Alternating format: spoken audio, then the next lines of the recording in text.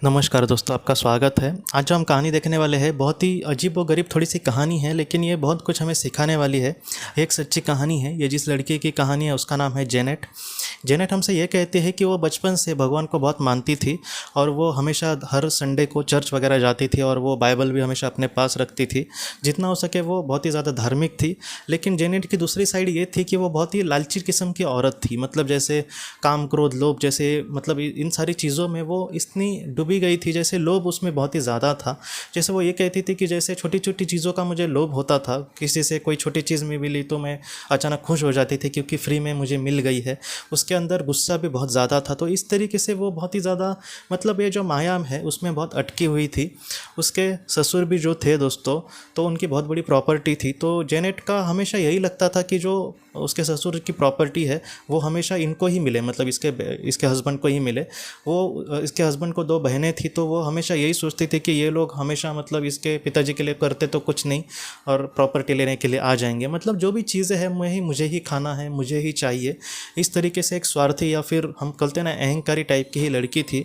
और उसके खिलाफ अगर कोई जाए या फिर इसको कुछ बुरा बोले तो उसको सहन नहीं होता था। जेनेट ऐसी लड़की थी जैसे कुछ लोग होते हैं ना कि वो कुछ भी करे तो सही है, लेकिन इनको कोई कुछ बोले तो वो उसका दुनिया का सबसे बड़ा दुश्मन है। तो इस तरीके से जेनेट थी। और जेनेट कहती है कि मैं इसी तरीके से अपनी ज़िंदगी जी रही थी। लेकिन थोड़ी सी आध्यात्मिक प्रवृत्ति की भी थी वो, मतलब भगवान को मानने वाली। बाकी अच्छे कर्म तो उसके हाथों से होते नहीं थे। लेकिन आध्यात्मिक प्रवृत्ति के साथ साथ वो ध्यान वगैरह भी करती थी। वो कह रही थी कि मैं हमेशा हमेशा आधे घंटे के वगैरह ध्यान करने की कोशिश करती थी। जेनेट हमसे ये कहती है कि जब उसने ध्यान करना चालू किया था तब उसका मन मतलब बुरे कर्म करने के लिए प्रवृत्त नहीं होता था। मतलब कोई चीज़ कुछ बुरा कर रही है समझो, या फिर किसी कुछ कुछ बुरा भला कह रही है, तो उसके अंदर से आता था कि वो कुछ बुरा ना करे। लेकिन फिर भी जो इंसान का मूल स्वभाव है वो बदलने के लिए उसको बहुत समय लेना पड़ता है। बात समय की भी नहीं होती, उसका मन उसके लिए कभी कभी तैयार भी नहीं होता। तो जेनेट का भी साथ वैसा ही था। वो कुछ बुरा करने जाए और उसका मन उसके लिए टोके, फिर भी वो उस मन की नहीं सोचती थी। वो हमेशा अपने भौतिक मन की, और जैसे वो माया में अटकी थी तो उसी तरीके से उसी बारे में वो ज़्यादातर सोचती थी। और एक बार वो जब ध्यान कर रही थी दोस्तों, तब उसके सामने एक अलग ही दुनिया को उसने देखा। उस दुनिया को जेनेट ने नाम दिया है क्रिस्टल की दुनिया। मतलब एक बहुत ही सुंदर सुंदर ऐसी दुनिया जहाँ पर मतलब कांच के जैसे चित्र चिन्ह मतलब लगे हैं, या फिर शिल्पकला जैसे कांच के हैं। तो इस तरीके से एक सुंदर दुनिया में उसने अपने आप को पाया। और उस दुनिया में एक सामने उसने एक आत्मा को देखा। जेनेट ये कह रही थी कि वो भगवान यीशु क्रिस्त को बहुत ही ज़्यादा मानती थी, और इस वजह से वो जो उनके सामने आत्मा थी वो उनके जैसी दिख रही थी। लेकिन जेनेट को यह भी पता चला कि अगर कोई और भगवान को कोई मानने वाला इंसान वहाँ पर अगर होता तो वो जो उसको छवि है वो किसी और भगवान की भी दिख सकती थी। मतलब उसकी जो मूल छवि थी वो वैसी नहीं थी, बस इसके मन में उस भगवान को लेकर श्रद्धा है इसलिए वैसी वो उसको दिख रही थी। बाद में जेनेट ये कहती है कि उस पवित्र आत्मा ने उसको अपने पास बुलाया और उस पवित्र आत्मा के सामने एक टेबल रखी थी, और जेनेट को उन्होंने कहा कि वो टेबल के सामने एक चेयर है तो उस पर तुम बैठो। वहाँ की जो शिल्पकला या फिर वहाँ की जो सारी चीज़ें थी वो एक बहुत ही अलग सुंदर प्रकार की थी, और वो एक ऊर्जा की जैसे बनाई थी। मतलब जेनेट ये कहती है कि उस टेबल को, वो जिस रंग का टेबल था, मैं अगर उसकी कल्पना मेरी कल्पना में जैसी बहुत ही अच्छी टेबल होनी चाहिए थी जिस रंग की, वैसा वो बदल भी सकता था। इस तरीके से वो दृश्य उसके सामने आया था। बाद में जेनेट ये कहती है कि उस टेबल पर दो ऐसे ग्लास निर्माण हुए, जैसे हम पानी वगैरह जैसे पीते हैं वैसे ग्लास निर्माण हो गए। और उस ग्लास में दोस्तों एक बहुत ही ज़्यादा काला काला जैसा एक पदार्थ वहाँ पर तैयार हो गया। मतलब काला पानी आप समझिए, जैसे एक बहुत ही गंदा पानी है काला, वैसा उस ग्लास में उसने जेनेट ने वो पानी देखा। और उस पवित्र आत्मा ने बाद में ये कहा कि ये क्या है पता है तुम्हें? जेनेट ये कहती है कि मुझे नहीं पता ये क्या है, लेकिन इसकी स्मेल भी बहुत बुरी आ रही है और ये बहुत ही बुरा दिख रहा है। मैं जितना हो सके ऐसी चीज़ों से दूर ही रहना पसंद करूँगी, और मुझे जानना भी नहीं है कि ये क्या है। बाद में उस पवित्र आत्मा ने जेनेट को ये कहा कि ये वो है जिसके पीछे तुम फिलहाल पृथ्वी पर भाग रही हो। और बाद में उस मतलब वो काला जो रंग का पानी जैसा था उसको जब जेनेट ने देखा तब उसको दिख रहा है अंदर की उसने क्या क्या जीवन में मतलब अपने बारे में सोचा था। कभी कभी छोटी छोटी चीज़ों के बारे में भी उसने मतलब दूसरे को देने से अच्छा है ये मुझे मिल जाए। तो इन सारी चीज़ों से वो उस काले पानी में दिख रही थी, और जेनेट ये कह रही थी कि मैं उस पवित्र आत्मा के सामने मुझे बहुत पश्चाताप और बहुत शर्म लग रही थी कि मैंने अपने जीवन में ये क्या कर्म कर दिए हैं। लेकिन जेनेट ये कहती है कि उस पवित्र आत्मा को मेरे बारे में सब कुछ पता था, ये भी उसको जानने मिल रहा है। और उसके साथ साथ वो मुझे पवित्र आत्मा, अब मैं बुरी हूँ तो मुझे वो अच्छी भी बना सकती है, इसके भी बारे में उसको पूरी तरीके से आत्मविश्वास था। इस वजह से जेनेट ये कहने लगी कि मुझे सचमुच आप माफ़ कर देना। मैं मतलब आज समझ गई कि दुनिया में सच क्या है और झूठ क्या है। मैं खामखा मतलब फालतू जैसी चीज़ों के मैं पीछे पड़ रही थी।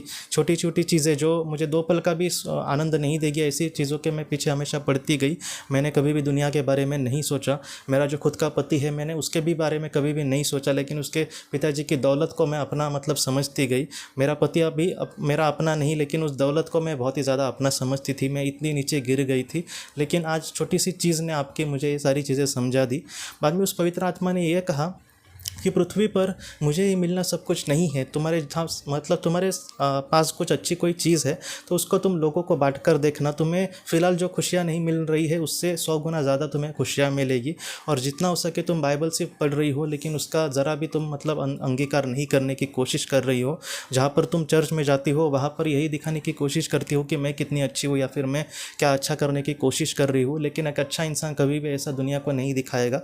बाद में उस पवित्र आत्मा ने उसको ये भी कहा कि हमारे जीवन में तुम बहुत ही अच्छे से ध्यान करने की कोशिश करती हो, लेकिन जब तुम्हारा मन कुछ करने के लिए कहे तब तुम्हारा जो बुरा मन है उसकी शक्ति अपने आप बढ़ जाती है।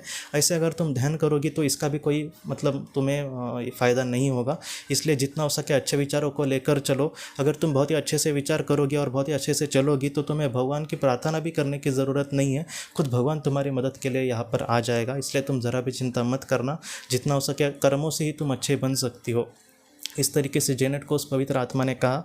और जब बाद में उसने कहा कि तुम मतलब अब इसके बाद में कैसे जीवन जियोगे, इस पर तुम्हारा जो भविष्य है वो निर्धारित है और उस तरीके से तुम जीवन में आगे बढ़ने की कोशिश करना। जेनेट ये कहने लगी कि मुझे बहुत ही ज़्यादा मतलब बुरा लग रहा था कि मैं ऐसी क्यों बनी, लेकिन उस पवित्र आत्मा को उसने जाते जाते वचन भी दिया कि हाँ, जैसे आपने कहा है मैं वैसे ही बनने की कोशिश करूँगी। और उस पवित्र आत्मा ने कहीं ना कहीं उसको आशीर्वाद दिया और मतलब कहा कि तुम भी चली जाओ। और बाद में जेनेट ये कहती है कि उसने अब जब अपनी आँखें खोली तो वो ध्यान की अवस्था में ही बैठी थी। आज जो उसका ध्यान की मतलब जो उसका सेशन था वो बहुत ही अलग था और उसने बहुत कुछ उसको ज्ञान देने की कोशिश करी थी। जेनेट ने ये जो अनुभव है वो बहुत लोगों को कहा, तब बहुत कम लोगों ने उस पर ध्यान दिया। और जेनेट आज यही कहते हैं कि वो जो पवित्र आत्मा थी वो कहीं ना कहीं मुझे सुधारने के लिए आई थी, या फिर उसके मन में यही था कि मैं अपने जीवन में कुछ भी बुरा ना करूँ। और जेनेट ये कहते हैं कि अभी मैं किसी के लिए भी कुछ भी नहीं सोचती, मैं किसी मतलब बुरा नहीं सोचती। जितना हो सके दुनिया का मैं अच्छा ही करने की कोशिश करती हूँ। आज जो लोग पहले मुझसे बहुत ही ज़्यादा मतलब बुरी तरीके से बर्ताव करते थे और उसके लिए मैं ही कारणीभूत थी, क्योंकि मैं ही उनके साथ बुरा बर्ताव करती थी, तो वो क्यों मेरे साथ अच्छा बर्ताव करे। लेकिन आज मैं उनके साथ बहुत ही अच्छा बर्ताव करती हूँ और आज वो मुझसे भी बहुत प्यार करते हैं। जेनेट का पति भी उसको कहने लगा है कि अब तुम पूरी तरीके से बदल गई हो।